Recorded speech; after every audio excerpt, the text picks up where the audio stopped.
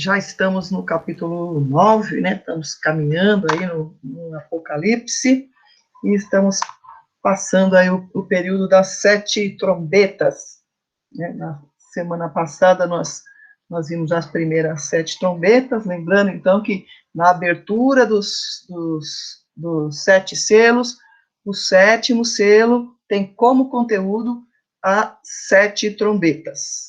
As 7 trombetas se dividem aí em 2 grupos, conforme nós vimos, né? Os primeiros 4 anjos fazem os primeiros 4 toques de trombetas, e aí esse juízo é destinado aí à natureza, ao ambiente, né? Onde nós vemos aí a primeira trombeta ela soa, né? E aí acontece, né, o seu efeito na vegetação, depois vai ser afetado o oceano, as águas salgadas, né? E aí depois 1/3 do sol é ferido, 1/3 das estrelas, né? Tem essa característica de 1/3 de destruição.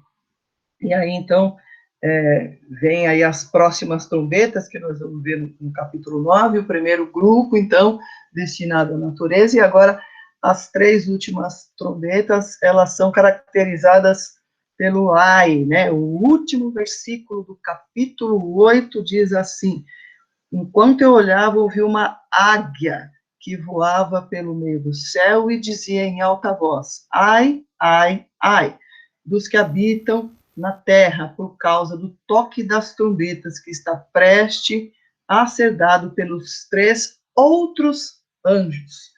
Então, o primeiro grupo de anjos, né, já fez o seu trabalho, e agora restam aí as 3 últimas trombetas serem tocadas, e aí passa, então, essa águia avisando, né, que aqueles vão ser juízos difíceis, né, e aí o triplo ai aí caracterizando as 3 trombetas e os 3 juízos pesados que vêm agora, não afetando o homem indiretamente, como foi o caso do primeiro grupo, mas uma afetação direta, né, um abatimento direto em cima dos homens, né, vem aí para atingir os homens.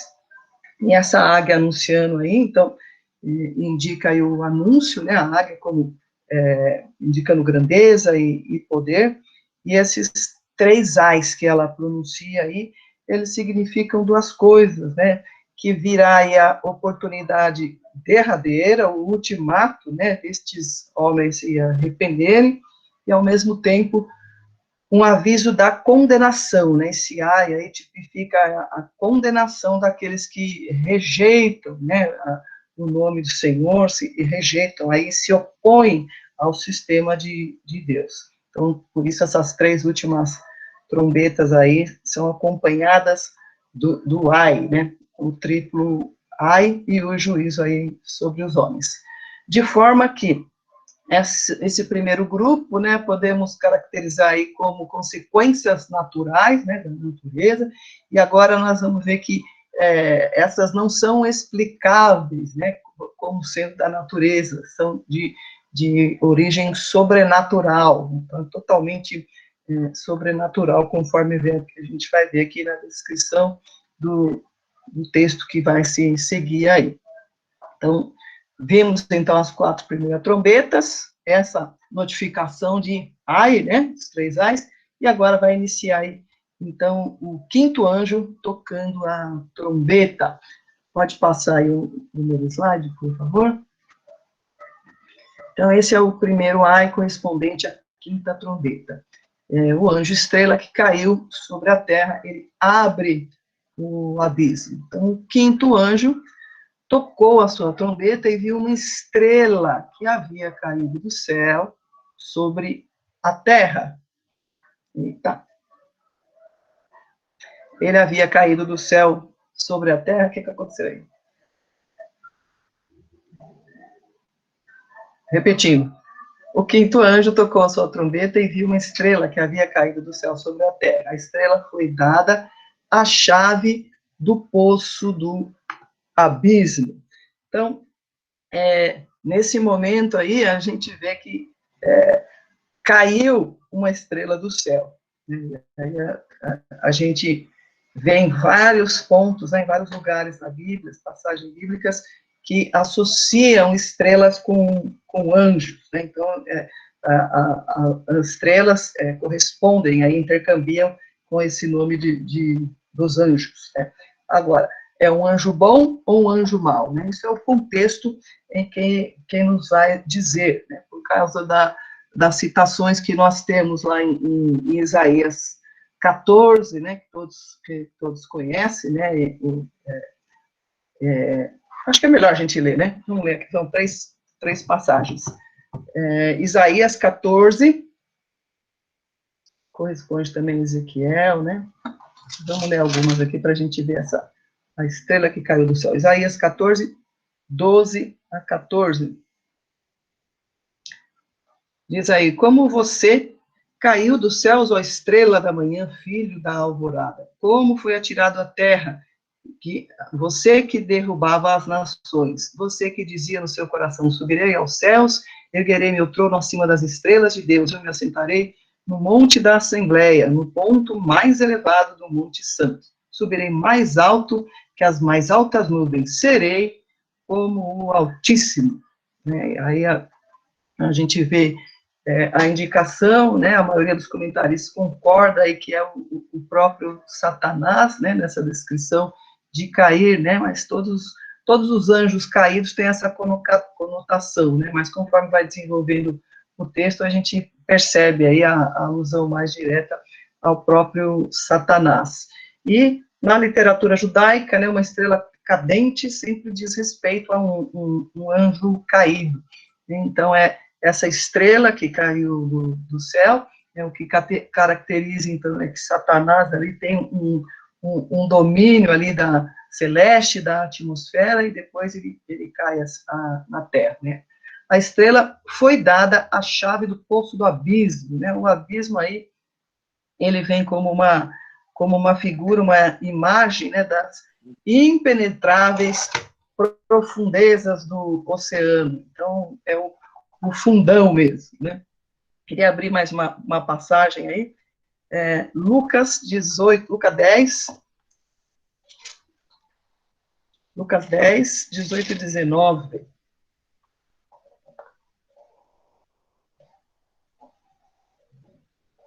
Aí a gente vê Jesus dizendo, eu vi Satanás caindo do céu como relâmpago, eu lhes dei autoridade para pisarem sobre cobras e escorpiões, e sobre todo o poder do inimigo, nada lhes fará dano. Bom, aqui a gente relembra, né, que antes de tudo isso acontecer, né, haviam forças que estavam detendo, né, os 4 anjos que estavam detendo a força dos ventos, para que fossem selados, né, aqueles que pertencem ao Senhor. E aí a gente vê essa mesma afirmação aqui, vindo de encontro, né? Então, diz aí, eu dei autoridade para pisar em cobras e escorpiões, e a gente vai ver aqui essa situação de serpentes e escorpiões logo na sequência aqui. E sobre todo o poder do inimigo, nada lhe fará dano. Então, a preservação da igreja, mais uma vez mencionada, né? Então, o 5º anjo toca a sua trombeta, e João, ele fala que vê aí a estrela caída do céu, e a estrela ganhou aí a chave do poço do abismo, ou seja, esse é um lugar das profundezas impenetráveis, né, o fundo dos oceanos. Essa imagem é retirada lá de Isaías também, e forma-se a partir daí a expressão do lugar dos mortos, né, um lugar nas profundezas, um lugar que a gente vê chamado aí de Sheol, no hebraico, e Hades, né, quando está no grego, no Novo Testamento, que é um poço, né, é uma prisão ali, onde estão detidos aí essas forças do mal. Então, aí, o próprio Satanás ganha a chave desse poço, a chave do poço do abismo, né? Lembrando aí que lá quando fala das 7 igrejas, Jesus fala, né? O que eu abro, ninguém fecha, o que eu fecho, ninguém abre, né? Então, nós vamos ver o tempo todo no texto do capítulo 9, a absoluta soberania de Deus, absoluto comando de Deus. Né? Vão acontecer coisas horríveis, mas Deus está sempre no comando sobre tudo isso. Então, o poço vai ser aberto, porque ele ganha a chave, né? A estrela foi dada a chave do poço. Pode passar aí para o próximo. E aí a praga de os gafanhotos vai subir do abismo, né? Nesse trechinho aí. Quando ela abriu o abismo, subiu dele fumaça, como de uma gigantesca fornalha. O sol e o céu escureceram com a fumaça que saía do abismo. Da fumaça saíram gafanhotos que vieram sobre a terra, e lhes foi dado o poder como dos escorpiões da terra. Eles receberam ordens para não causar dano nem à relva da terra, nem a qualquer planta ou árvore, mas apenas aqueles que não tinham o selo de Deus na testa. Não lhes foi dado poder para matá-los, mas sim para causar-lhes tormento durante 5 meses. A agonia que eles sofreram era como a da picada do escorpião. Naqueles dias, os homens procurarão a morte, mas não a encontrarão. Desejarão morrer, mas a morte fugirá deles.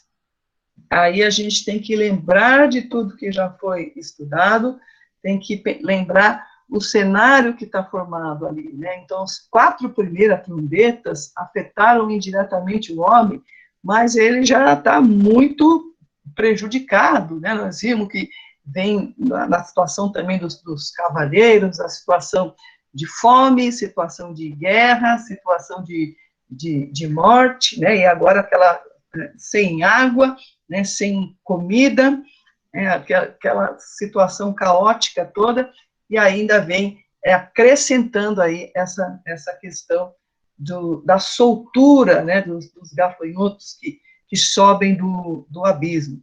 Então, aqui é usada a linguagem alegórica, a gente já percebeu isso, né, que a estrela ganhou a chave, né, a estrela não tem mãozinha, não pega a chave e não abre nada, mas é algo que vem aí como simbolismo, né, uma alegoria para significar as forças demoníacas que o Senhor dá liberdade para agirem, mas ainda aí misturada com a sua misericórdia, visando o ultimato para que homens possam se arrepender. Então, quando a estrela abriu o abismo, vocês imaginem aí, tem essa condição de fumaça subindo, né? Fumaça sobe, como se fosse de uma gigantesca fornalha, um lugar ali pegando fogo, né, como a gente vê sempre que tem as chamas, sobe uma fumaça. E essa fumaça era tão densa que ela acaba até escurecendo. O sol e o céu escureceram com a fumaça que saía do abismo, né? Aí como é que deveria ser, deve ser esse lugar, né? E dessa fumaça saíram aí os gafanhotos que vieram sobre a terra, né? Então, eles saem, né, aquele monte de gafanhoto. A gente já sabe que essa praga é famosa nos tempos bíblicos, não só nos tempos bíblicos, mas ela é experimentada por agricultores ao longo de toda a história. Todo mundo sabe o poder de destruição, né, das lavouras, através desses exércitos de gafanhoto. Então, esse simbolismo indica, né, aquele ataque em massa, né, que vem para devorar tudo, né? Então, é uma imagem muito usada até nos profetas, né? A gente vê em diversas ocasiões a figura do gafanhoto usado como juízo, né? As pragas do Egito também. Então, dessa fumaça, né, da liberação do abismo, vem esse exército devastador, né? E como se não bastassem eles serem devastadores, eles ainda ganham um plus, né? Eles ganham poder de escorpiões, né? Que aí a gente vai associar aí com a picada do escorpião como sendo algo extremamente dolorido, né? E além de ser dolorido, não é algo que vai passando, né, conforme o veneno vai diluindo, mas ele vai ter uma durabilidade, né, um tormento que tem um tempo específico aí, né, de 5 meses. Imagine, esses gafanhotos saindo, ainda com poder de escorpião, aquela picada que tem aquela dor lancinante, né, e a autorização para que eles possam atormentar os homens. E, inclusive, recebem aí, né, isso aqui, coloca aí, né, delega um tom sobrenatural, porque eles recebem ordens para não causar nada, nenhum dano à relva, né, às plantas, à vegetação, e essa é a característica exatamente dos gafanhotos. Mas não, esse exército específico estava destinado aí a atacar, né, a atormentar os homens, né, e numa duração de 5 meses, por esse tempo estendido. Mas eles tinham ordem para atormentar, olha só que coisa cruel, né, ordem para atormentar, mas eles não tinham ordem para matar, né, não estava autorizado. Então, é um potencial simplesmente aterrorizador, né, e quando a gente olha assim, ai, que coisa horrível, você tem que lembrar que isso é um sinal da misericórdia ainda, né, postergando aí para que esses homens pudessem se arrepender. E não podiam tocar aí naqueles que tinham o selo de Deus na testa, né, onde a gente também lembra do Novo Testamento, aquela palavra de que o maligno não lhe toca. Então, quando a gente vai formando aí esse quebra-cabeça, concha de retalhos, a gente vê como a Bíblia se conecta perfeitamente. Então, conforme o verso 5, não tinham ordem para matar, mas só para ficar ali aporrinhando, né, com aquela dor, com aquele sofrimento, com aquela picada terrível que é a dor produzida pela picada de escorpião.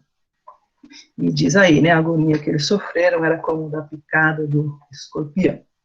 Aí diz algo muito terrível, né, acho que essa é uma das coisas mais impressionantes da Bíblia. E nesses dias, os homens procurarão a morte, mas não encontrarão. Desejarão morrer, mas a morte fugirá deles. Aqui fica pintado, então, um panorama mais terrível que a gente possa imaginar, né? Porque tantas vezes, diante da morte e diante de sofrimento, de tantas doenças que a gente vê, a gente sempre comenta, né? Olha, a pessoa descansou. É a situação em que diz que a morte pode ser uma bênção, né? E exatamente isso, a morte realmente, ela é uma bênção. E aqui, então, Deus dá autorização para que sejam atormentados, e eles não podem matar, ou seja, eles não vão morrer. Então, você imagina, o verso 6 diz, os homens procurarão a morte. Então, os homens massivamente vão desejar o suicídio. Não só desejar o suicídio, né, porque eles não vão ficar, a morte venha sobre mim, mas eles vão tomar iniciativas para se matar, mas não vão morrer. Então, por mais que eles se joguem do prédio, né, tenta se cortar, não vão morrer.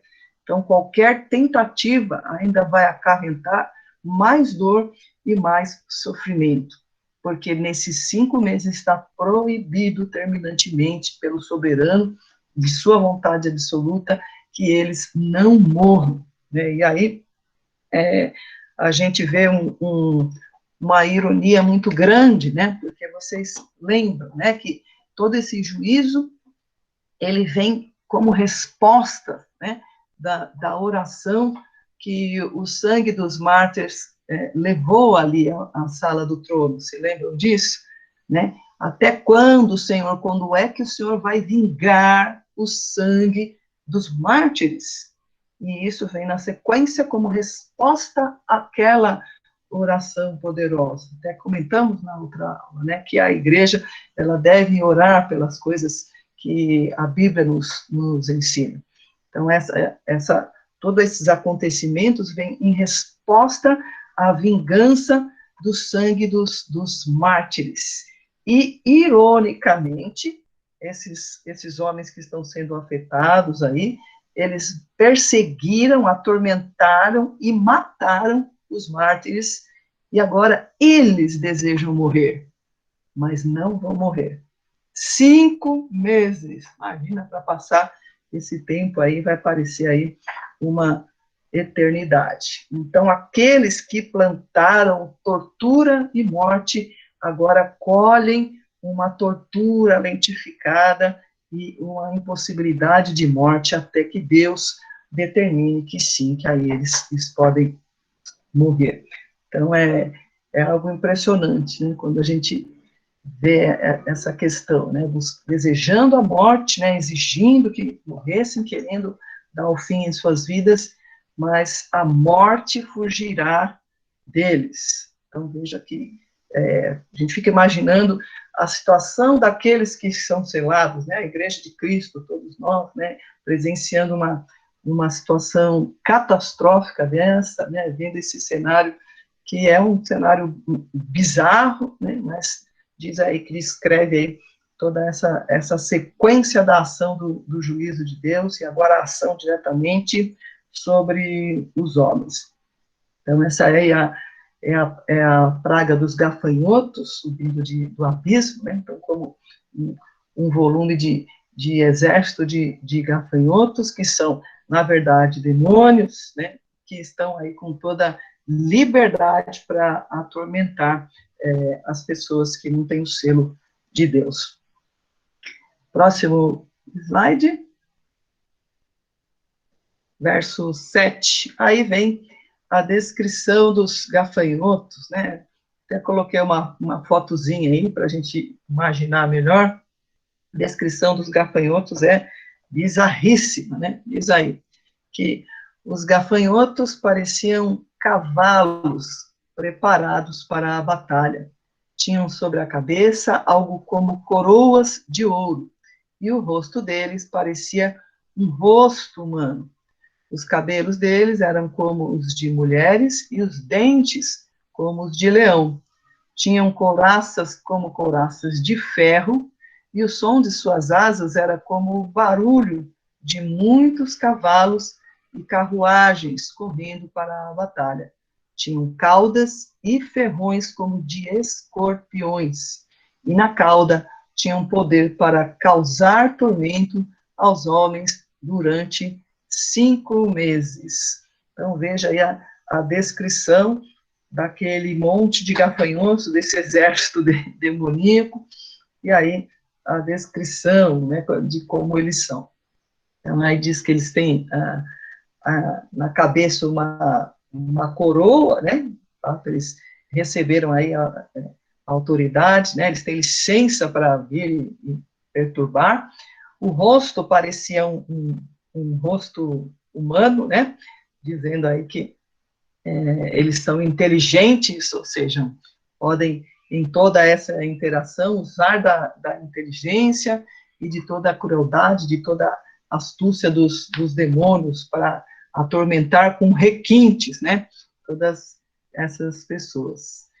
Fala que os cabelos eram de mulheres e os dentes de leão, né, os cabelos aí, mais uma alusão ao ser humano, né, um formato aí da inteligência e de toda essa capacidade de pensar. E os dentes como de leão, né, isso é impondo aí toda a voracidade com que eles vêm para si, né, eles vêm realmente para fazer o pior.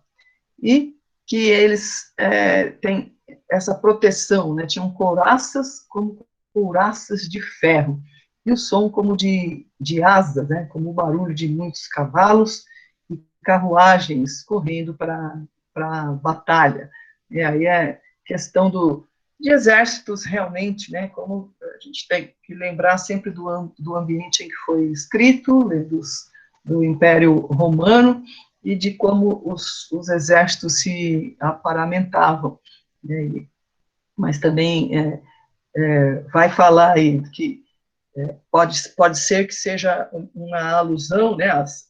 Alguns autores falam uma alusão à modernidade da qual João não tinha como descrever, né? Imagina se João estava vendo diante de si uma cena de guerra da atualidade, com o material bélico, com os tanques de guerra de hoje, como ele descreveria isso, né? Então, nós vamos ver adiante também que ele usa essas descrições aí sempre apoiadas, né, nos animais, nas coisas da natureza, que é da realidade mais conhecida, né, e não das coisas tecnológicas que existem hoje. Mas, com certeza, referência aí a exército mesmo, né, as couraças como armaduras, e o barulho ensurdecedor aí, né, que eles têm, eles vêm com aquele poder voraz, né, como eles consomem todas as lavouras, agora eles têm autoridade para atormentar os homens, não para destruição total ainda, não para matar, né. Então, esses 5 meses aí também dão aos gafanhotos a característica da sobrenaturalidade, porque uma nuvem de gafanhotos na lavoura dura questão de alguns dias, né? Mas também essa questão de estender, né, ficar aquele sofrimento ali que parece interminável. E aí fala dos ferrões, né? Tinham caudas e ferrões como de escorpiões, e na cauda tinha um poder para causar tormento aos homens durante 5 meses. E aí, essa questão do ferrão, né? Poder aí aferroar, né? Dispensar as suas aferroadas, causando essa dor contínua que faz aí os homens desejarem a morte. O próximo, versículo 11. E aí o versículo 11 vai dizer que eles tinham um rei sobre eles. E o anjo do abismo, cujo nome em hebraico é Abaddon e em grego Apolion. Então, a tradução desses nomes hebraico e grego é simplesmente destruição ou destruidor, né? Que a gente sabe que esse também é um dos nomes, né, de Satanás, designados na Bíblia, aí, né? Segundo Tessalonicenses 2:3, fala de filho da destruição, né, aí no Novo Testamento, com referência ao anticristo, né? Então, provavelmente está fazendo alusão aí à questão da liderança, mas Provérbios 30:27 fala: os gafanhotos não têm rei, né? Não tem rei, mas Satanás se coloca aí como um líder, né? Especificamente, que eles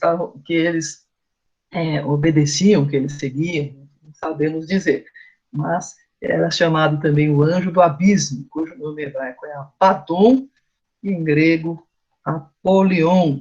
Então, esse Apolion aí, em grego, é interessante a referência das pragas do Egito, né, que Deus, vocês se lembram, né, ele vai derrotando um a um dos deuses que os egípcios adoravam, né. E aqui, essa questão do Apolion, aí a gente, é interessante ver que o nome Apolo, né, que era um dos deuses mais adorados ali, vem desse nome aí, Apolion, né, que tinha relação também com o controle de praga, né, o Apolo também uma ligação com a beleza, assim como Satanás, e vai ser abatido, né, como a gente sabe. Mas são cruéis, a mensagem aqui, que são cruéis, são demoníacos, né, e eles vêm mesmo para exercer com todo prazer esse encargo de atormentar, né, apesar de não poderem matar ainda, mas o desejo deles é matar. O que torna ainda essa questão da batalha espiritual, a questão da prisão, do pecado, mais patente para nós, né? Porque aqueles que adoram a Satanás, né? Ou seja, aqueles que se acomodaram no sistema anti-Deus, né? Que vivem na prática do pecado e dão vazão aí a todo os seus belos prazeres, né? Eles têm têm esse destino aí. E ele é tão cruel que eles vão matar aí os próprios adoradores, né? A gente vê que primeiro veio aí a fala para confortar a igreja de que os selados não serão tocados, mas a gente sabe também que os adoradores de Satanás receberão aí na testa e na mão a marca da besta, né? E eles estão marcados, e esses próprios adoradores serão mortos por eles mesmos. Então, é algo que a Bíblia consolida para nós aqui nessa revelação em Apocalipse, que o caminho do pecado é caminho de morte, porque adorar ídolos, né, adorar a qualquer outra coisa que não seja Deus, é caminho de morte, nós vamos ficar presos, né, e vamos ser consumidos por aquele próprio pecado. Ou seja, Deus dá aos homens aquilo que eles tanto desejaram. Era isso que vocês queriam? Então, eis aí, né, como nós vemos lá em Romanos 1, 28, até vou ler aqui para ilustrar melhor. Romanos,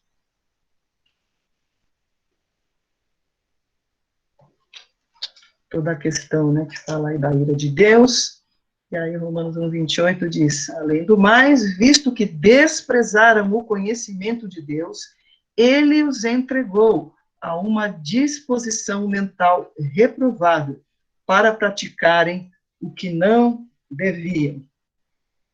Então, em essência, a gente vai vendo que aí a manifestação da ira de Deus é uma manifestação justa, é uma manifestação que os homens recebem aquilo que tanto desejaram, que tanto se apegaram.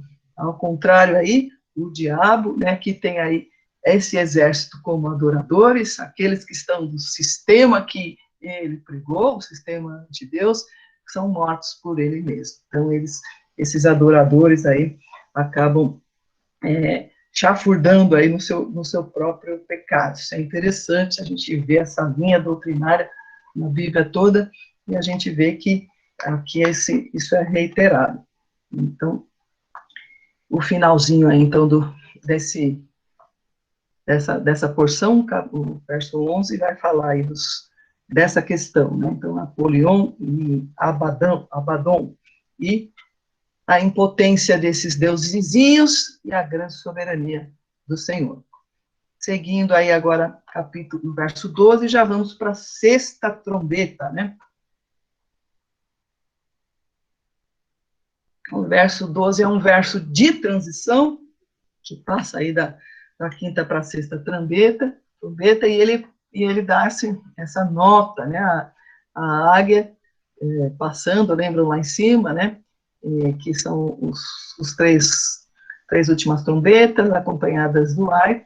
Então, ele diz: o primeiro ai passou, 2 outros ais ainda estão por vir.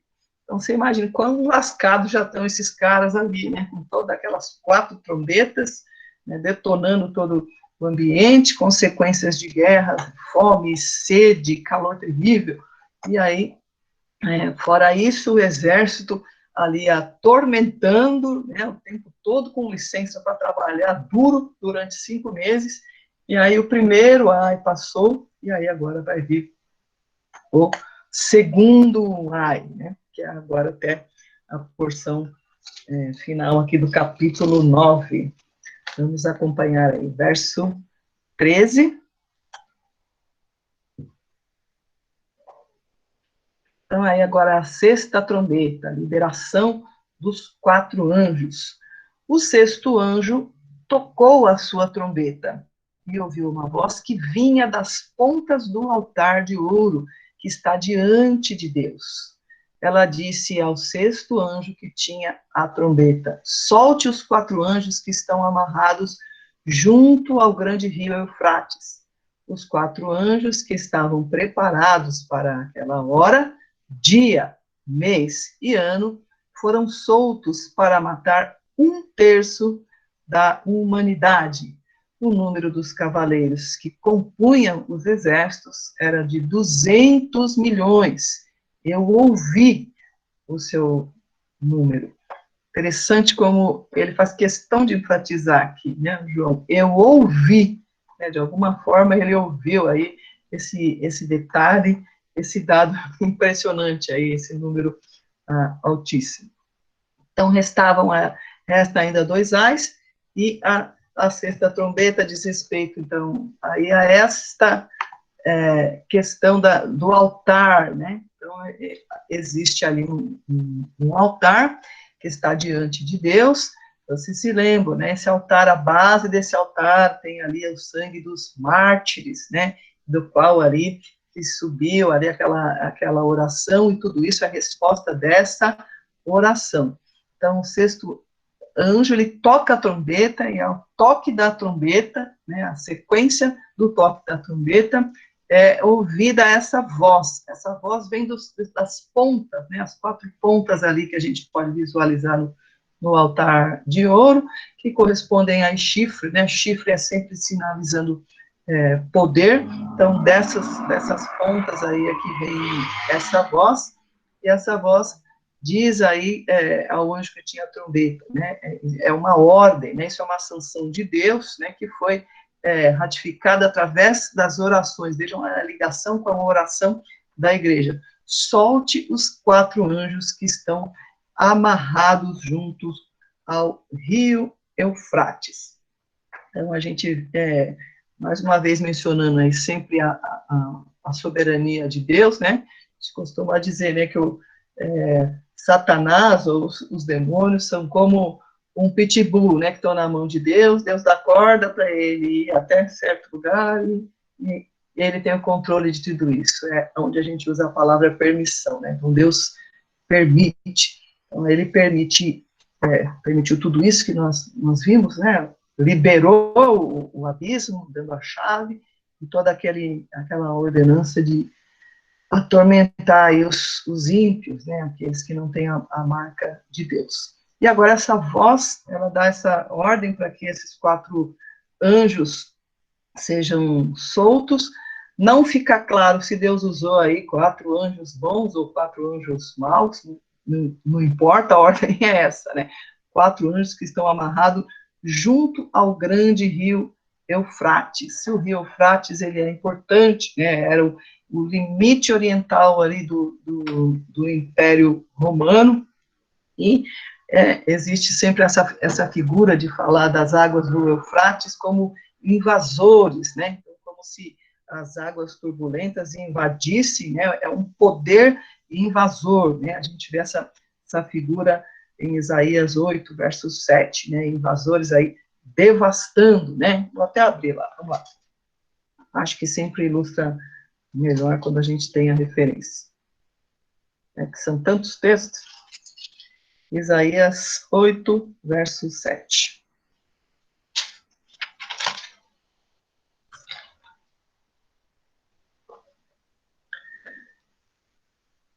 Diz aí, o Senhor está trazendo contra eles as poderosas e devastadoras águas do Eufrates, o rei da Assíria com todo o seu poderio. Elas transbordarão em todos os seus canais, encobrirão todas as suas margens e inundarão Judá, cobrindo até o pescoço. Seus braços abertos se espalharão por toda a sua terra, ó Emanuel.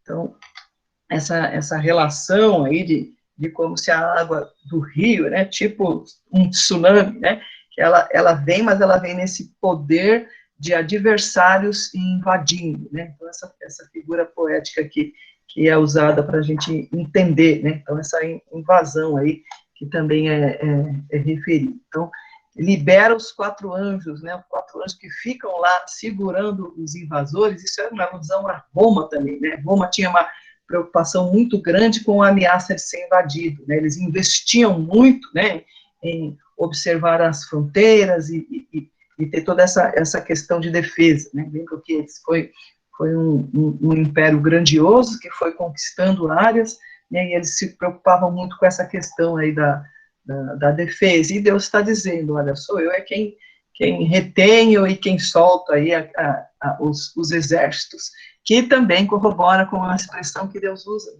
no Velho Testamento, o Senhor dos exércitos, né? Ele é Senhor de todos os exércitos, inclusive dos exércitos do mal, aí ele tem tudo sobre o controle dele. Aí, então, essa alusão aí da invasão, e depois a gente vai ver essas 4 designações aí de tempo, que são impressionantes. Os 4 anjos que estavam preparados para aquela hora, né? A gente tem que lembrar, né? Repetindo mais uma vez, que lá no capítulo 7, verso 1, dizia assim, depois disso vi 4 anjos em pé nos 4 cantos da terra, retendo os 4 ventos para impedir que qualquer vento soprasse na terra, no mar ou em qualquer árvore. Né? Então, foram selados todos os de Deus, e aí é liberado. Né? Então, os 4 anjos que estavam preparados para aquela hora, para aquele momento exato. Né? Então, aí ele vai falar numa questão de tempo, né, mensurando o tempo aí numa ascendência, né, primeiro a hora, o dia, o mês e o ano. Então, ou seja, cronologicamente é um tempo definido, marcado e exato, né? Alguns procuram fazer a interpretação de que é um ano, um mês, um dia e uma hora, né? E aí soma com os outros 5 meses da praga anterior, né, já vai dando 1 ano e meio, né, essas coisas assim, para poder calcular o período da grande tribulação, que aqui já estamos na grande tribulação, né, e tudo isso, ele coincide aí com a ascensão de Satanás e todas as coisas que vão acontecer. Então, os 4 anjos, né, estavam preparados para aquele momento, né, e aí eu quero que você abra em Mateus 25, Mateus 25, verso 34. Deus é bom demais, né? É muito poder. Mateus 25, verso 34 diz assim: então o rei dirá aos que estiverem à sua direita: venham benditos de meu Pai, recebam como herança o reino que lhe foi preparado desde a criação do mundo. Ou seja, o reino já está preparado, né? E essa condição, né? Veja só que os anjos estavam preparados para aquela hora, o reino já está preparado para os que pertencem a Deus, e aqui adiante, no verso 41, aí mesmo, no capítulo 25 de Mateus, então ele dirá aos que estiverem à esquerda: malditos, apartem-se de mim para o fogo eterno, preparado para o diabo e seus anjos.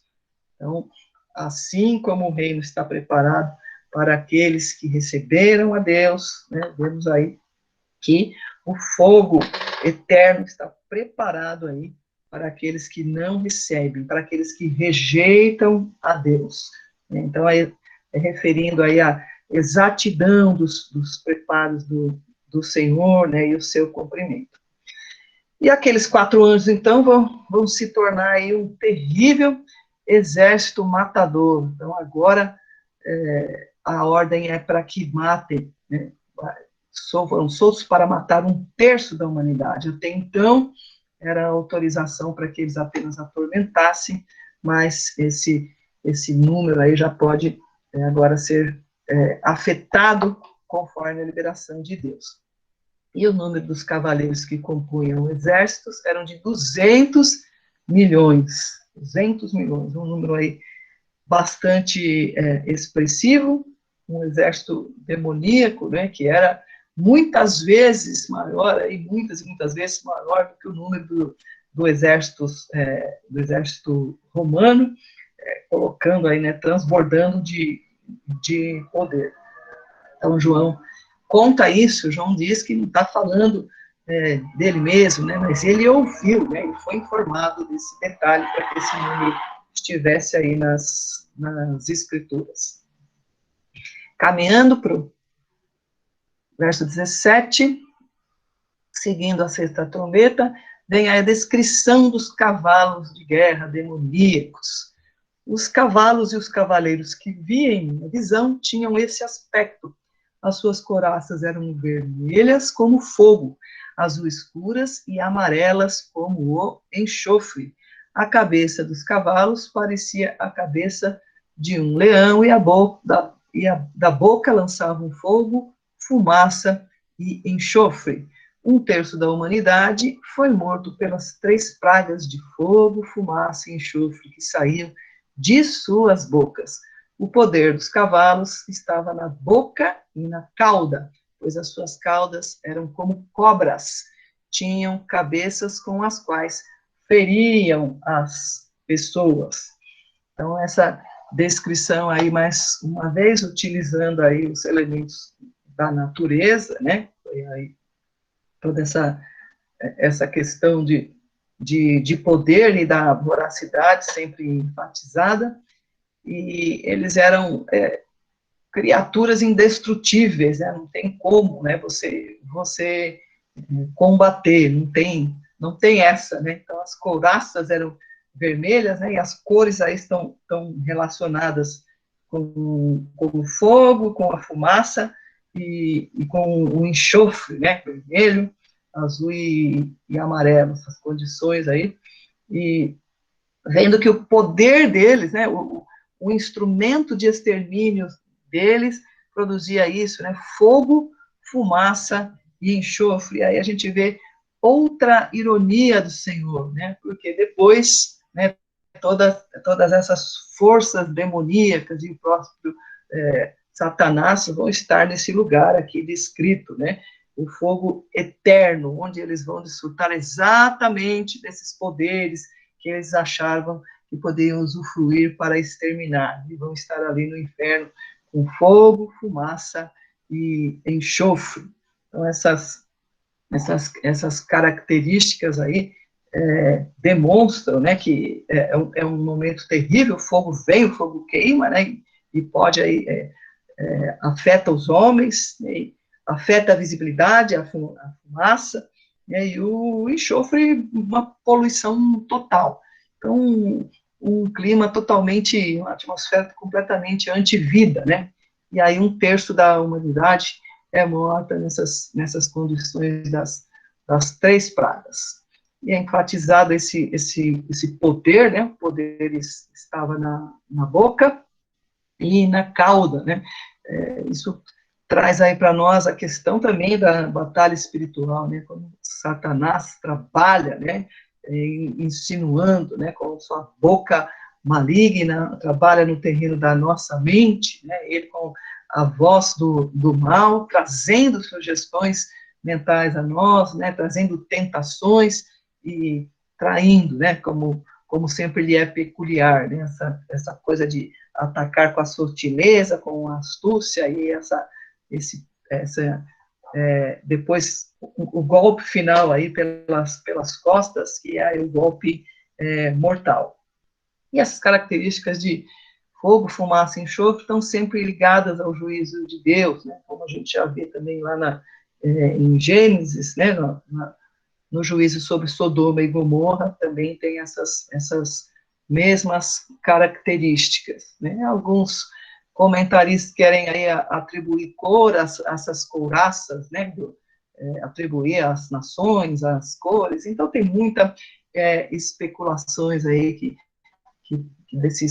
de exércitos, né? O pessoal fica especulando como é que vai ser toda essa composição bélica, né? Qual nação que vem, qual nação que vai. Então, essa questão fica mais no genérico mesmo, e esse contexto aqui, pelo menos no capítulo 9, ele vem bem na espiritualidade. Não que as guerras não se desenvolvam, né, debaixo desse aspecto de imposição do maligno, que ele age sobre essa coação de fato, né, mas como ele apresenta essa questão dos gafanhotos, aí é algo que nos parece mais no campo do não explicável, do sobrenatural mesmo.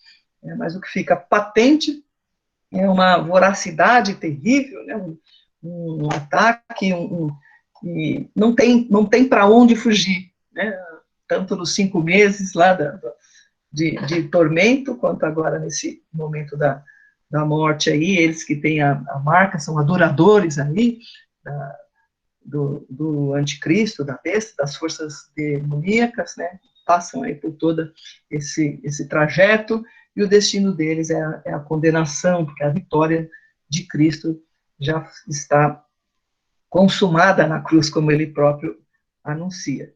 Então, eles vão ser, eles que têm toda essa licença para atormentar, depois aí passarão, né, os ímpios do sistema de Deus, passarão a eternidade aí atormentados. Terrível a gente imaginar isso, né, e que isso nos dê força para pregar o evangelho, realmente para que as pessoas, nesse tempo que nós vivemos, o tempo e a dispensação da graça, nós possamos trazer pessoas a Cristo, né, nessa consciência de que o porvir traz aí essas coisas terríveis, né?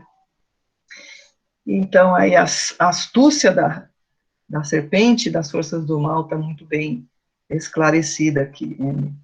Tinham cabeças com as quais feriam as pessoas. Termina aí, trazendo aí essa característica de veneno, de peçonha, né? De coisa ruim mesmo, né? E um cenário bastante assustador, bastante aterrorizante. Verso 20 e 21. Aí vai falar, então, ele fecha o capítulo falando da rejeição, né, e aqui fica explícito que é o ultimato, o tempo de final de arrependimento. O restante da humanidade que não morreu por essas pragas, nem assim se arrependeu das obras das suas mãos. Eles não pararam de adorar os demônios e os ídolos de ouro, prata, bronze, pedra e madeira, ídolos que não podem ver, nem ouvir, nem andar. Também não se arrependeram dos seus assassinatos, das suas feitiçarias, da sua imoralidade sexual e dos seus roubos. Então, aqui é apresentada mais uma vez o desagrado e a abominação total de Deus, aí, a idolatria. Né? E não porque ele quer ser o bambambam, né? É porque simplesmente ele não tem como a gente viver fora dele, não há outro lugar que Deus possa tomar em nossas vidas que não seja o primeiro lugar. Né? E quando colocamos outra coisa em primeiro lugar, estamos aí cometendo o pecado da idolatria. E aí resume quebra dos 10 mandamentos, né? As duas tábuas do mandamento são quebradas aí, quando ele anuncia aí os pecados, né? Assassinatos, ou seja, tirar a vida, né? Toda essa manifestação da humanidade que opta por estar no caminho do mal, opta por transgredir as leis de Deus, por tirar a vida, né? Por assassinar, né? Por feitiçaria, né? Enganar, ludibriar a vida, achar que pode ter outras forças, né? Que possam ter uma administração melhor, a moralidade sexual, né? A perversão da vida, a queda, declínio da ética e da moralidade, e os roubos, né, a subtração aí da vida, e o diabo só vem, né, o ladrão só vem para roubar, matar e destruir. Fica comprovado aqui que a palavra do Senhor é verdadeira, nessa janela aí que é aberta para nós no Apocalipse, que nos permite ver este momento terrível aí da grande tribulação. Então, aqueles que se prostram diante dos demônios, né, que cedem, abrem espaço para a vida de pecado, estão servindo ao sistema antideus, e muitos servem com convicção, são adoradores convictos, e esses vão ser aí, exterminados aí pelo próprio ser que eles adoram, né, como nós vimos aí. E tudo isso já também projetando para o sofrimento, o tormento eterno no fogo do inferno.